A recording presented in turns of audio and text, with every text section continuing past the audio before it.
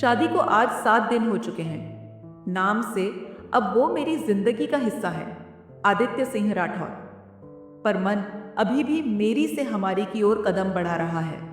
मैं ऐश्वर्या, जो कभी किताबों की दुनिया में डूबी रहती थी, अब एक अजनबी के साथ उसी जिंदगी को असल में जी रही हूँ। आदित्य कम बोलने वाले, गंभीर स्वभाव के इंसान हैं। हमारे बीच बातचीत होती है, लेकिन बस जरूरत भर की। उनके शब्दों में विनम्रता है, लेकिन आंखों में कोई छुपी हुई थकान भी, और मैं उसे पढ़ने की कोशिश करती रहती हूँ। एक रात की बात है। मैं खिड़की के पास बैठी चुपचाप आसमान निहार रही थी। कमरे में हल्की सी नीली रोशनी थी और आदित्य किताब पढ़ते हुए चुपचाप पलंग पर लेटे थे। नींद नहीं आ रही? उनकी आवाज़ धीमी और कोमल थी। हाँ, थोड़ा सा, मैंने झिझकते हुए कहा। उन्होंने किताब बंद की और मेरी तरफ देखा।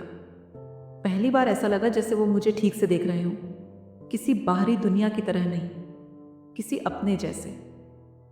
कभी कभी कुछ रिश्तों को वक्त देना पड़ता है। तुम्हें वक्त चाहिए तो मैं हूं यहां पूरा वक्त देने के लिए। उनके इन शब्दों ने मेरे अंदर कुछ तोड़ा नहीं, बल्कि कोई नर्म दीवार सी पिघल गई।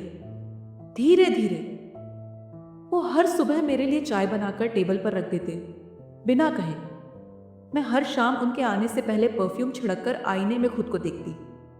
पता नहीं क्यों उनका छू लेना अब अनजाना नहीं लगता था। वो जब मेरे बालों में उंगलियां फेरते तो मन जैसे कोई पुराना गीत गुनगुनाने लगता। एक रात जब बारिश हो रही थी, उन्होंने अचानक कहा, काश मैं तुम्हें पहले जानता, तब जब तुम्हारी आंखों में दुनिया पढ़ने की भूख होती थी।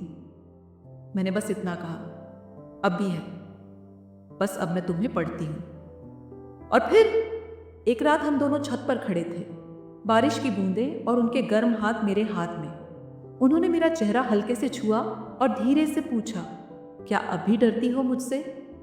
मैंने मुस्कुराकर उनकी ओर देखा और कहा, नहीं, अब तो डर इस बात का है कि कहीं तुम्हारे बिना जीना ना पड़ जाए। वो रिश्ता जो शादी के नाम पर शुरू हुआ था, अब धीरे धीरे अपने नाम से पहचाना जाने लगा था, प्यार। अब जब मैं उनके सीने से लगती हूं तो वहां सिर्फ धड़कनें नहीं होती, एक दुनिया होती है, सिर्फ मेरी।